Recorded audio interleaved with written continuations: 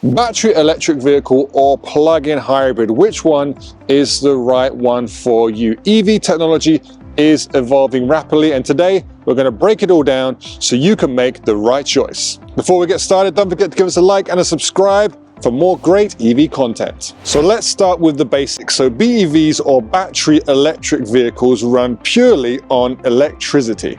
They have no internal combustion engine, they have no fuel tank, and they have no exhaust pipe. Just electrical motors powered by a rechargeable battery. For some examples of this, you can check some of our previous reviews, almost everything we've reviewed in the past. Perhaps the most famous BEV brand is probably Tesla. So everything Tesla has made and has always made has been a battery electric vehicle, so purely electric. PHEVs or plug-in hybrid electric vehicles like this one here try to bring you the best of both worlds. That is the best of pure electric and gasoline combined. And they have everything. They've got a battery powered motor, a fuel tank, and a ICE engine, usually a small one. And they will be able to move either just by using their ICE engine or their battery, so they do have a limited amount of pure electric range. This example behind me is the Bao 8 from BYD. It has a fairly large battery, actually a 36.8 kilowatt hour battery, which can take it up to 120 kilometers of pure electric driving. That is COTC though. If you want to see the full review of this PHEV behind me, please check the link above. So which one of these is better? Well, that depends very much on you and your own situation. Let's break it down. BEVs are fully electric, meaning zero emissions from the car itself.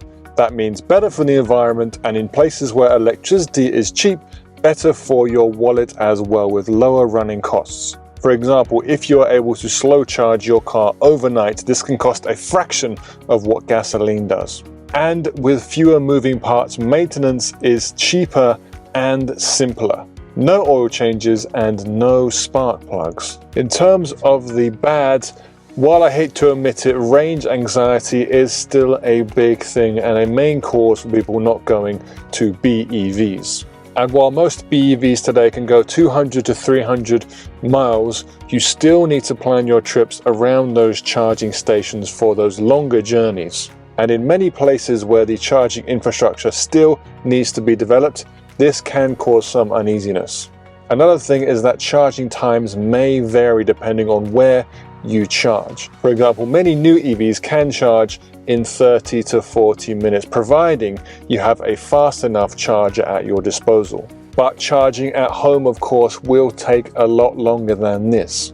You will also need to consider the charging speeds that your BEV is capable. The strength of a PHEV is that it can offer you flexibility. You can use pure electric driving for short trips or driving around the city, and the combined electric and gasoline power on the longer trips without having to worry about where you are going to charge. They are also more affordable than BEVs up front, and some governments still offer incentives for buying a PHEV. And their carbon footprint for production is smaller than that of a BEV, although over the course of a lifetime, a BEV will win in this regard. A more complex powertrain, that is a powertrain that uses both electric as well as traditional fuel, means more maintenance costs when compared to a BEV. You still need oil changes, engine checkups, as well as fuel. You have to consider that they have all the workings of an ICE vehicle as well as a battery electric vehicle, as well as all the technology that makes them work together. So there is a lot more that can go wrong than in a battery electric vehicle. So that means regular oil changes, engine tune-ups, as well as battery checks. This dual system can make repairs more complex and costly. One more thing is that sometimes the batteries can be quite small and offer a limited range. And if you're not charging regularly, it might just mean you end up driving around a heavier gasoline vehicle with a battery which is never used. So although some regions and governments do offer incentives for buying a PHEV, many want to go pure electric, so these things are decreasing. And of course, we can't forget those tailpipe emissions. And although while a lot better than a pure gasoline vehicle, it's still a lot higher than a BEV, which has no tailpipe emissions at all. So which one should you choose? Well, how do you decide? Ask yourself these questions. How far do you drive daily?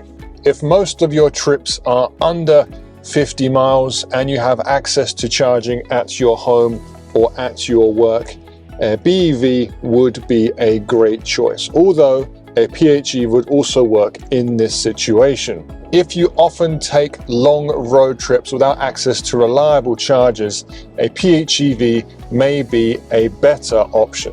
PHEVs tend to have a very good combined range. For example, this one here with a charged battery and a full tank is supposed to go up to 1,200 kilometers. And of course, as a PHEV, you can continue to drive without your battery being charged. Question number 2 would be, do you have easy access to a charger? If you have charging access at your home or at your work, a BEV makes a lot of sense and can save you a lot of money in the long term. If you don't and public charging perhaps isn't convenient, a PHEV gives you a little more flexibility. And the final, but definitely not the least important question would be, what is your budget? So what is your budget for purchasing as well as for running your vehicle? So as mentioned before, a PHEV will cost less than a BEV to buy.